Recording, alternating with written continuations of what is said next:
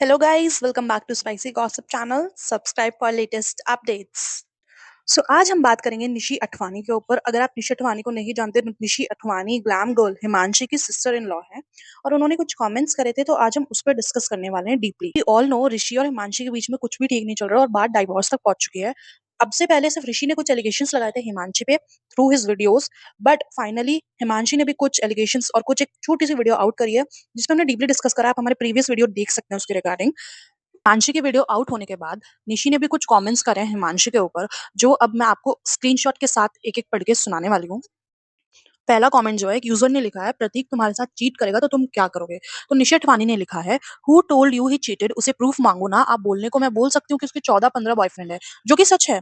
By the way मैं बोलूंगी नहीं बिकॉज मेरे पास प्रूफ नहीं है, कैरेक्टर नहीं खराब करना उसका। Even after marriage she used to go to Jaipur and hang out with guy friends. अब आप बताओ, ये बातें हम बोले उस लड़की के लिए अच्छा लगेगा? तो ये जो कमेंट निशी अठवानी ने पास करा है ये बहुत गलत है, क्योंकि उन्होंने बोला कि 14-15 बॉयफ्रेंड, उन्होंने बोला जो कि सच है, ब्रैकेट में जो लिखा है। तो इंडायरेक्टली वो बोल रहे कि हिमांशी के 14-15 बॉयफ्रेंड है और वो जयपुर, उनका जो मायका है हिमांशी का, वो जयपुर अपने गाय फ्रेंड के साथ हैंग आउट करने जाती थी। लाइक 21st सेंचुरी में अगर आप ये बातें कर रहे हो, इतने मॉडर्न आप बिहेव करते हो कि हम बहुत मॉडर्न है, हम तो फ्रीडम देते हैं, ये देते हैं, स्टिल आप ये बातें कर रहे हो कि गाय फ्रेंड के साथ हैंग आउट करना, बॉयफ्रेंड्स हो जाते हैं वो अपने मायके बॉयफ्रेंड और हैंग आउट करने जाती है लड़कों के साथ। तो बहुत बहुत गलत सोच है निशी अठवानी की है। दूसरा कमेंट पढ़ते हैं। सेकंड कमेंट जो निशी ने किया है वो करा है कि मैं बात चीटिंग की बोल रही हूँ। इसने शादी.com पे प्रोफाइल बनाई है stating she is divorce looking for a guy. इसके स्क्रीनशॉट भी है, will show next, very desperate to get married again seriously.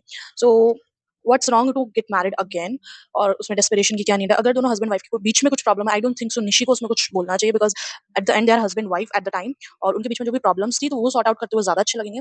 और एज ए ग्लैम गर्ल ने कुछ निशी पे या उनकी फैमिली पे कमेंट नहीं किया, सिर्फ ऋषि को बोला ही cheated me multiple times and nothing is wrong in that. और अगर डाइवोर्स ले रहे हैं तो दोनों को शादी करेंगे कल ना कल।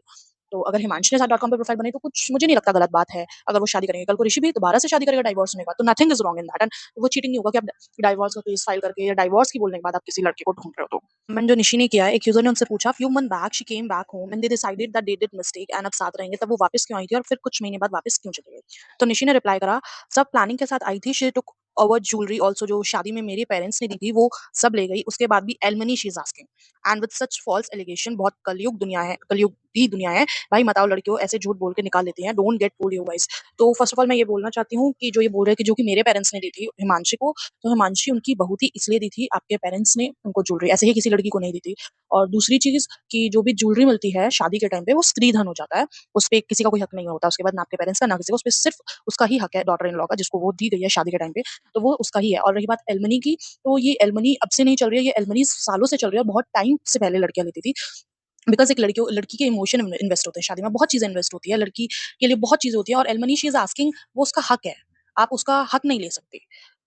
नेक्स्ट जो कमेंट करा निशी ने वो करा, reason I had to open my YouTube channel is because she used to delete all the nice comments of me on her video, जो उसने कभी हाइड कर दिए थे सारे चैलेंजिंग वीडियो, कुकिंग वीडियो, ये सारे वीडियो में मेरी तारीफ होती थी तो ये कमेंट हटवा देती थी। ऑल्सो स्टिल आई सपोर्टेड हर, मेरे कितने फ्रेंड्स हैं सेज की हमें पैसे मिलेंगे यूट्यूब पे तभी हम आएंगे, why should we become your content, same goes for her, without any selfishness my family used to come in her vlogs, did stuff to entertain the audience, make glam couple channel grow, initially 1 million views आते भी थे, हर anniversary birthday पे फॉरन ship मारते थे, तब इनको याद नहीं आया टॉर्चर। लास्ट ईयर भी ये गए थे घूमने।